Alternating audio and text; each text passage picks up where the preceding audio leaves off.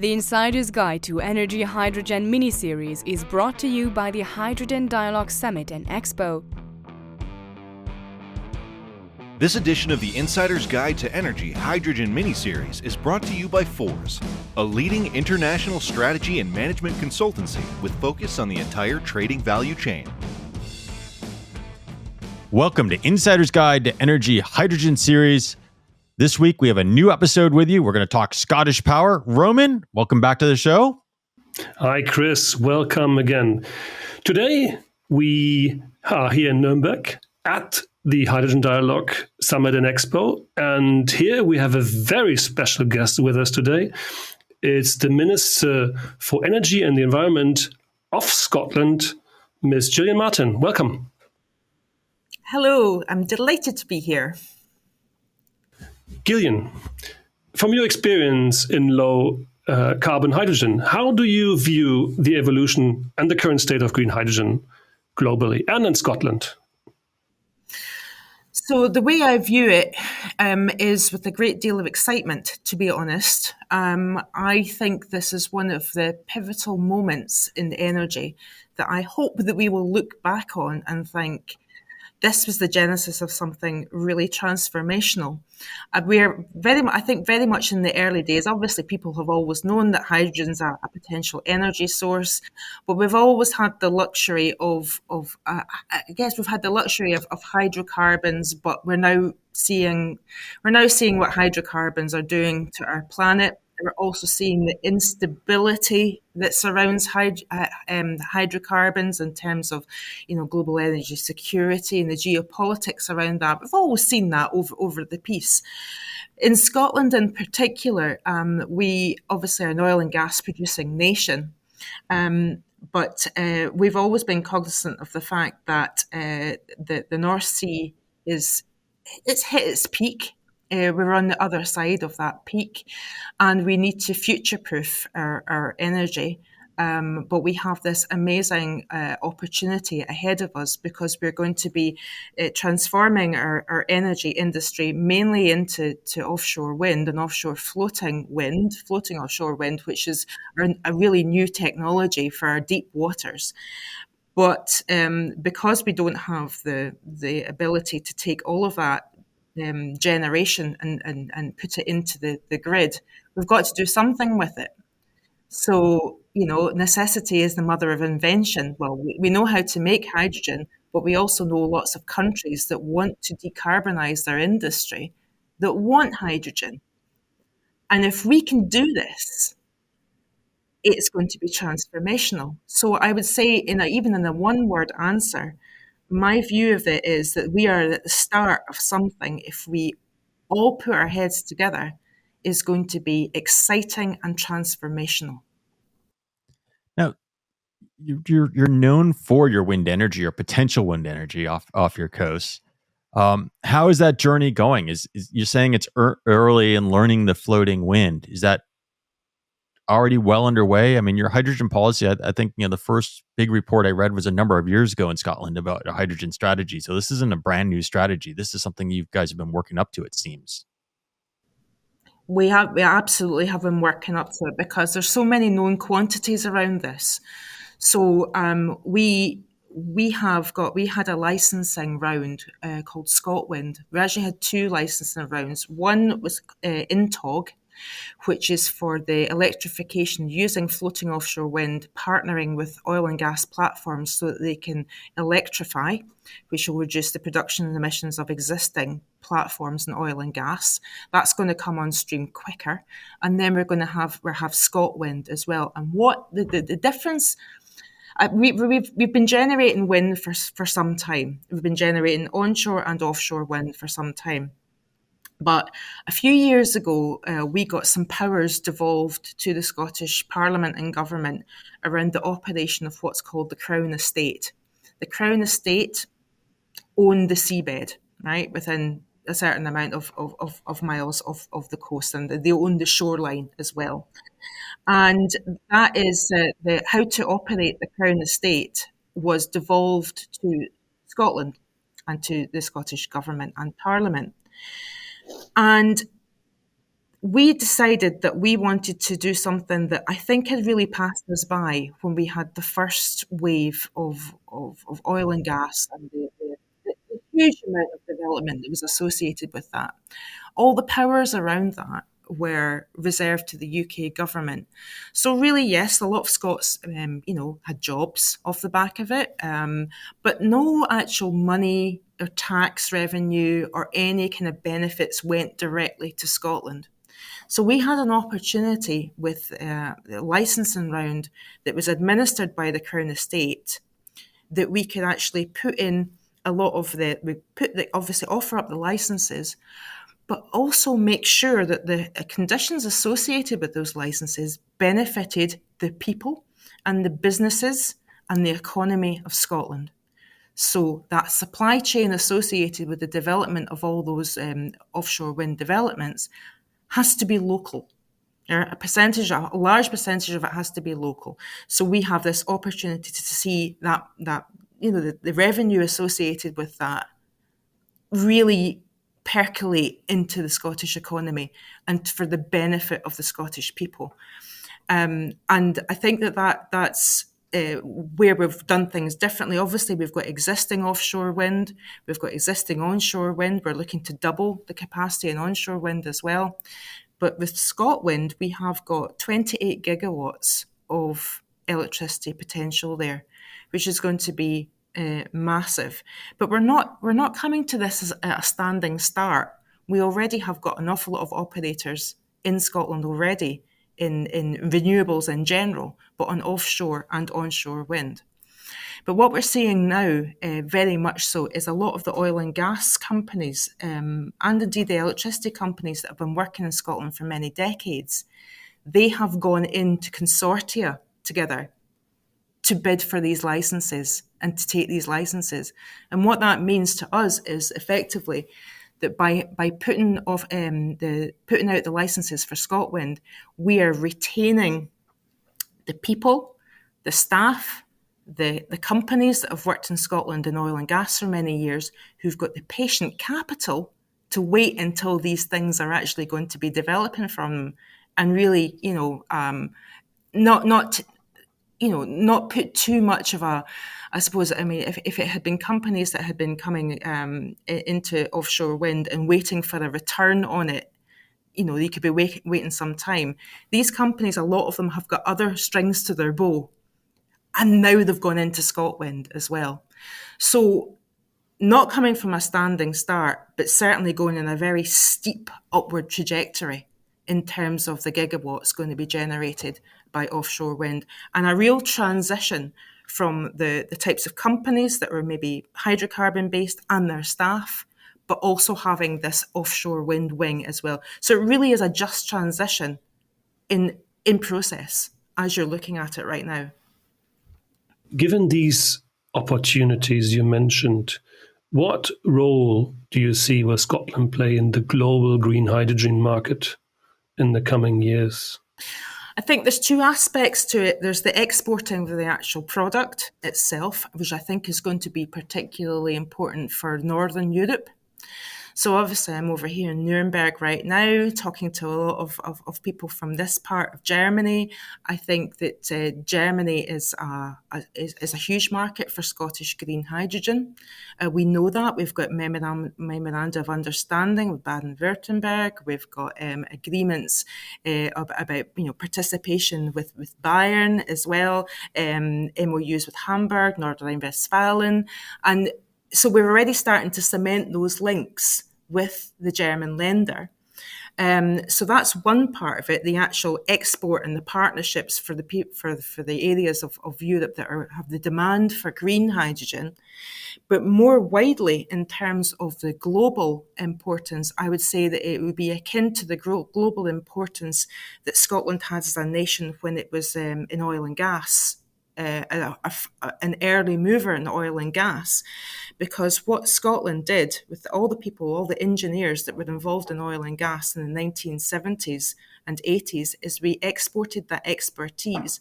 For example, I'll give you a personal example. My father was a planning engineer. Yeah, I used to believe when I was younger that he basically built every oil rig that was ever, and he didn't do anything to dissuade me from that, of course, but he was part of a group, a company that went over to Rio de Janeiro in the early 80s and helped start up the Brazilian oil and gas industry, working, partnering and mentoring and training a lot of people who then went on to work in Petrobras. Yeah. And all those guys in my dad's office were Scottish. There's probably quite a lot of Brazilians who learn English from those guys, bad English from those guys. They went on to work for Petrobras and have like Aberdonian and Glaswegian accents. So I see the same thing happen in particular again with floating offshore wind, because we've got states out there that haven't maybe been able to deploy fixed floating wind because of the depth of the water that they have around them. But floating offshore wind will be the technology that they're able to deploy. And I'm very hopeful that we'll have a situation like we did with oil and gas, where all these engineers went and worked all over the world and helped set up all these, local companies and supply chain. And they still do. I mean, there's lots of supply chain companies work all over the world that originated from Aberdeen, but it will be in floating offshore wind. I think there's also a great capacity for them to be doing it in the United States as well. Places like Maine, for example, where they're very interested in what we're doing in floating offshore wind. So more Scottish accents going all over the globe, but teaching people bad English, but helping them this time harness renewable energy, which I think actually as a developed nation is actually it's actually a moral duty to share that expertise around the globe, particularly in countries in the global south who have been dealt quite a bad hand when it comes to climate change. So you export the expertise, or you share the expertise or the knowledge from what you're describing here. And it doesn't seem that it's by accident. It comes from the other industry, because a lot of the marine energy experience from the past industry, from hydrocarbons, actually helps us with the technology as we get into the renewables. So that's actually a logical step. But I guess on the policy side, nothing happens without policy. So what policies have been put in place to help with this agenda, or to grow this opportunity for green hydrogen particularly? So you got the floating offshore winds, you got the power. Are there policies to support this and to make that vision come true? Yeah, so I mean, obviously, we've got our own energy strategy, and actually, at the moment, it's in. We've had energy strategies over the past the time that my party's been in government. We've actually put out just start of this year. It was our draft energy strategy and just transition plan. And we've put just transition onto energy strategy because it's not just about production of energy and what we're going to do with energy. It's about this transition from burning hydrocarbons to using more renewables in a way that protects jobs, that enhances the jobs available, but also doesn't leave anyone behind. I'm not just talking about people that work in energy here. We're talking about people in rural areas who have had tremendous fuel poverty over the years because they haven't been able to access the cheapest source of heating. It's about a just transition for island communities. It's about a just transition for people in terms of, like, if we want to roll out electric vehicles, say we have got plans to ban the sale of new petrol and diesel cars by a certain, what is the justice around that for people that can't afford to buy an electric vehicle? So just transition isn't just about people working in energy or about the production of energy. It's about citizens of Scotland not being left behind by anything that we decide in this space. So we're setting out that very, I would say, interesting, but also can be infuriating from a perspective of a minister in a devolved government, is that you don't have all the powers associated with energy policy. So we have to be creative. I mentioned one creative thing we did in terms of the use of the powers of the Crown Estate in the licensing for ScotWind.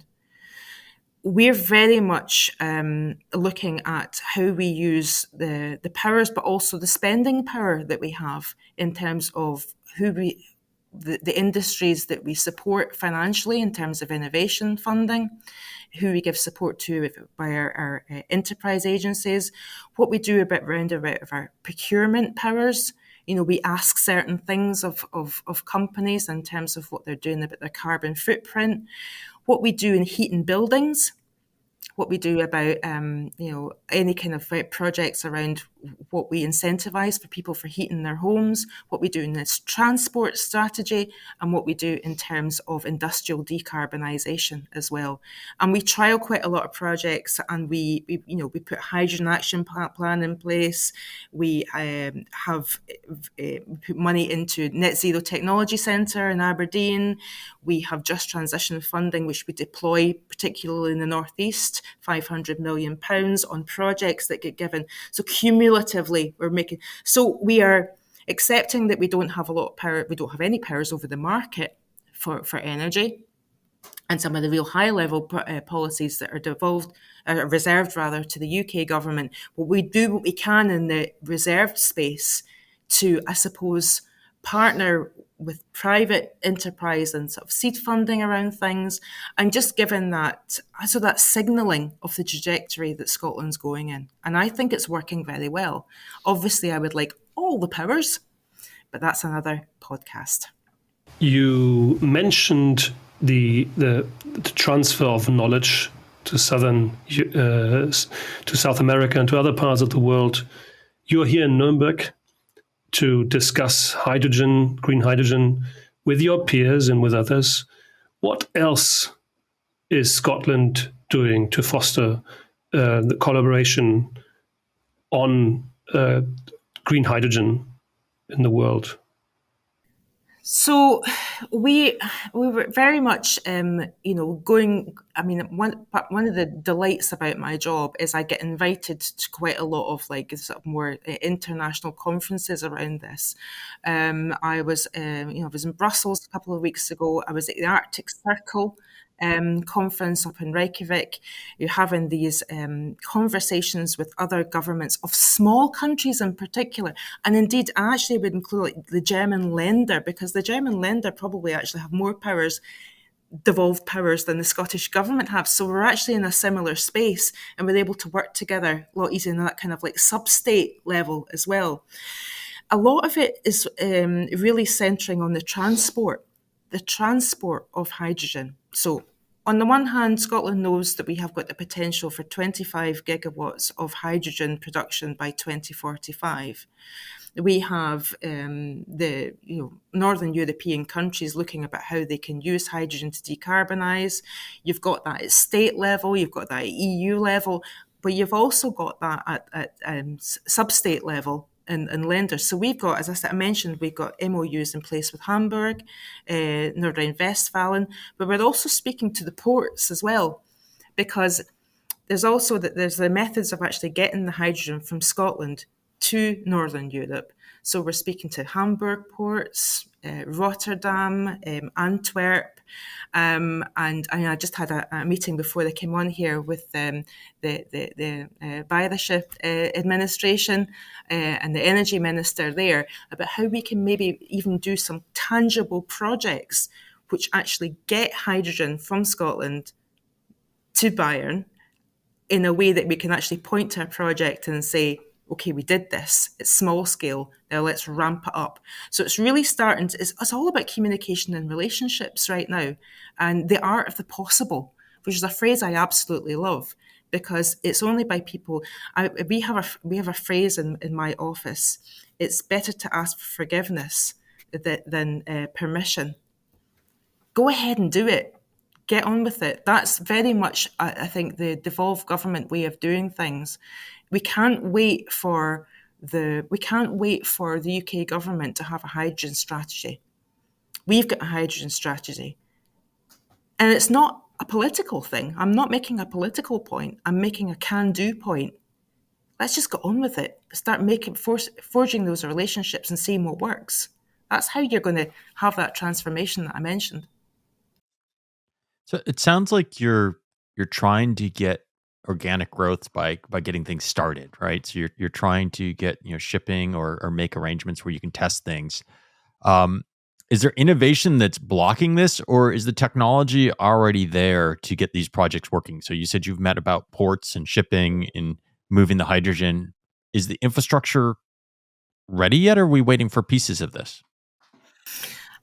So yes and no. I hate people who say that, but I'm going to say it. Yes and no. So one of the beauties of the fact that we've got ScotWind licensing round is that we know that we have to double, triple our port capacity to deploy all the kit that's going to be part of these developments. We have an enormous amount of ports in Scotland.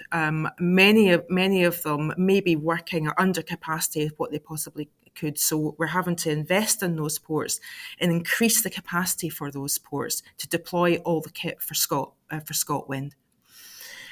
But the beauty of that is that once that's all deployed, there will be certain ports, which will be the ports where the crews go out and maintain them.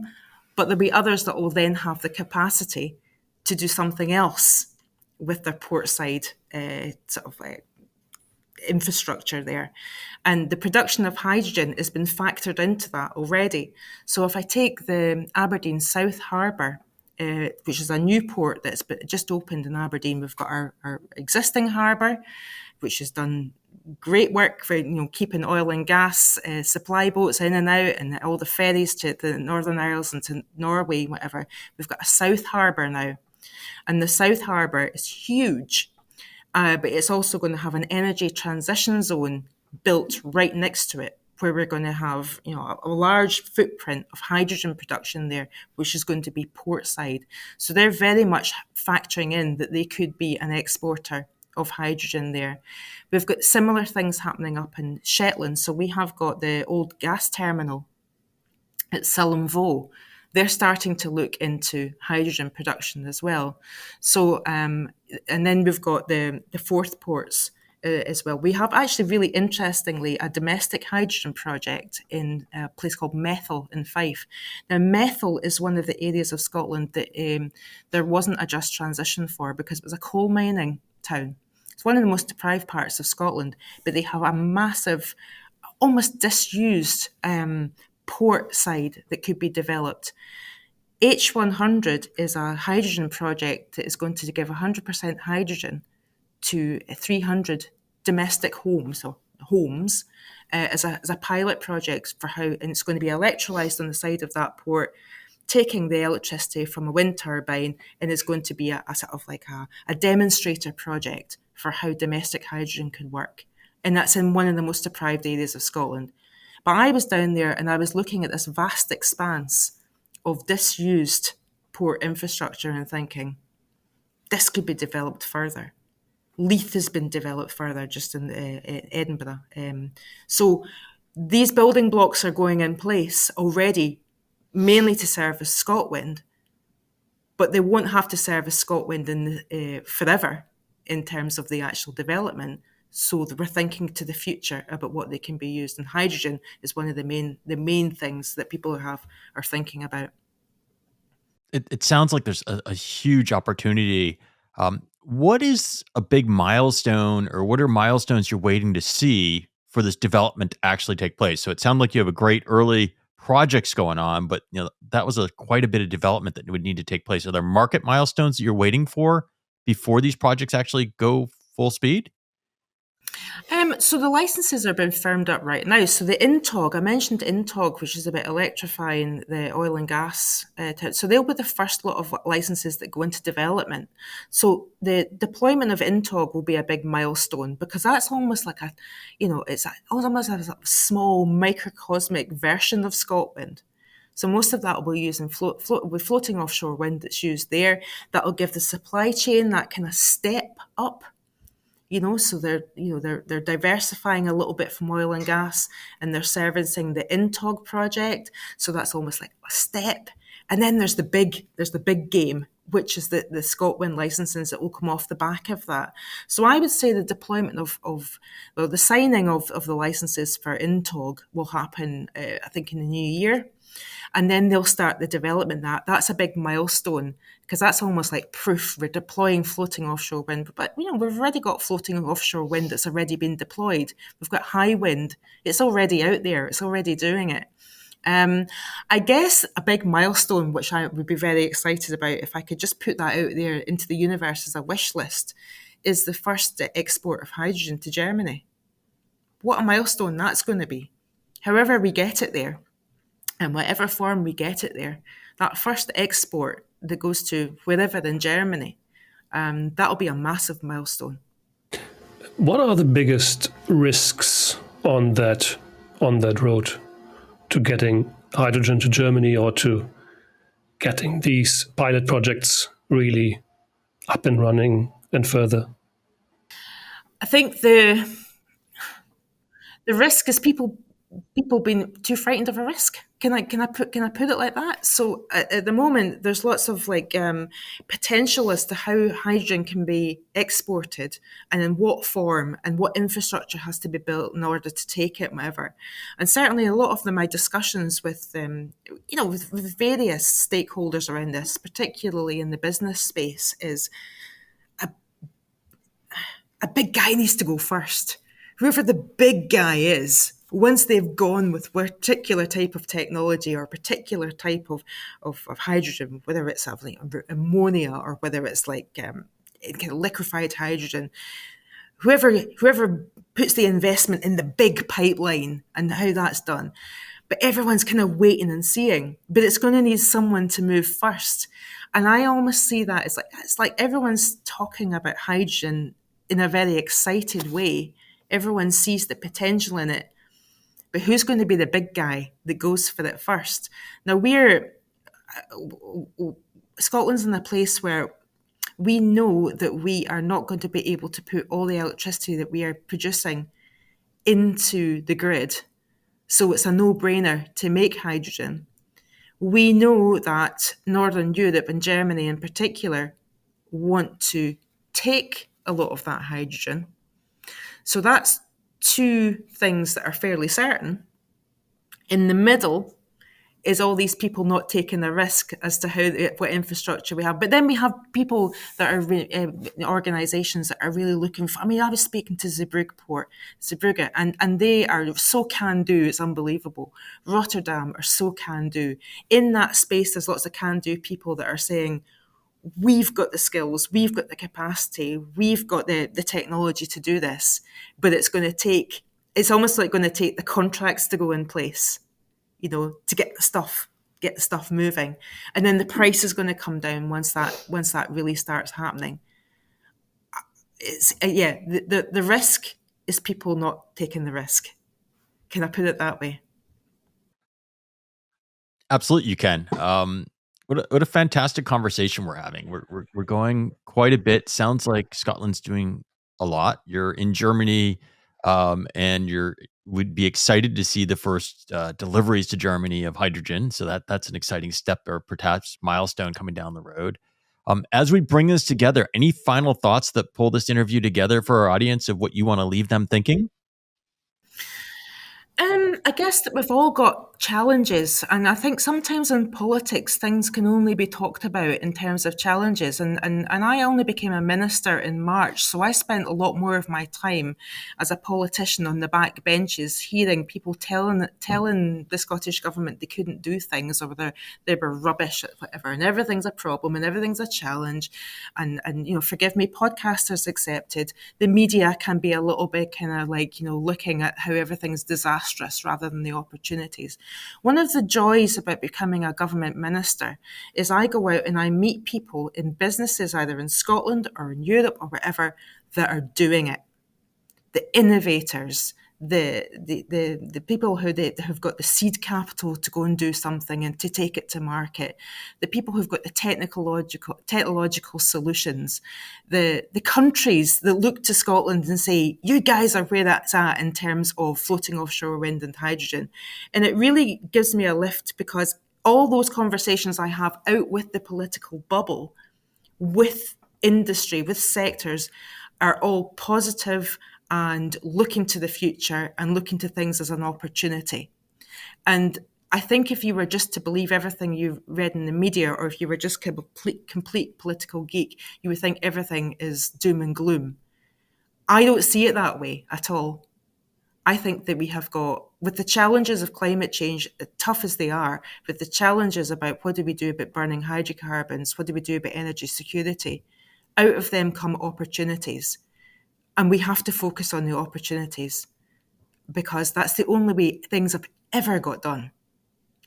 Taking risks, grasping opportunities, and having a can-do attitude.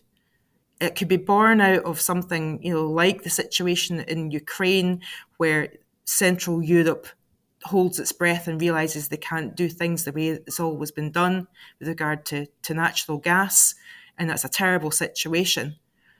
But history has shown us that it's always out of real negative situations that have been shocks that innovation comes.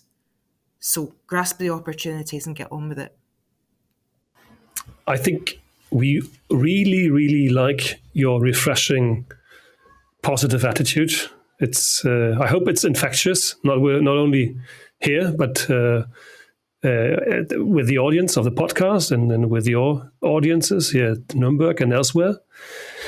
We thank you very much for taking the time to be with us here in our podcast, sharing your ideas and then sharing your thoughts.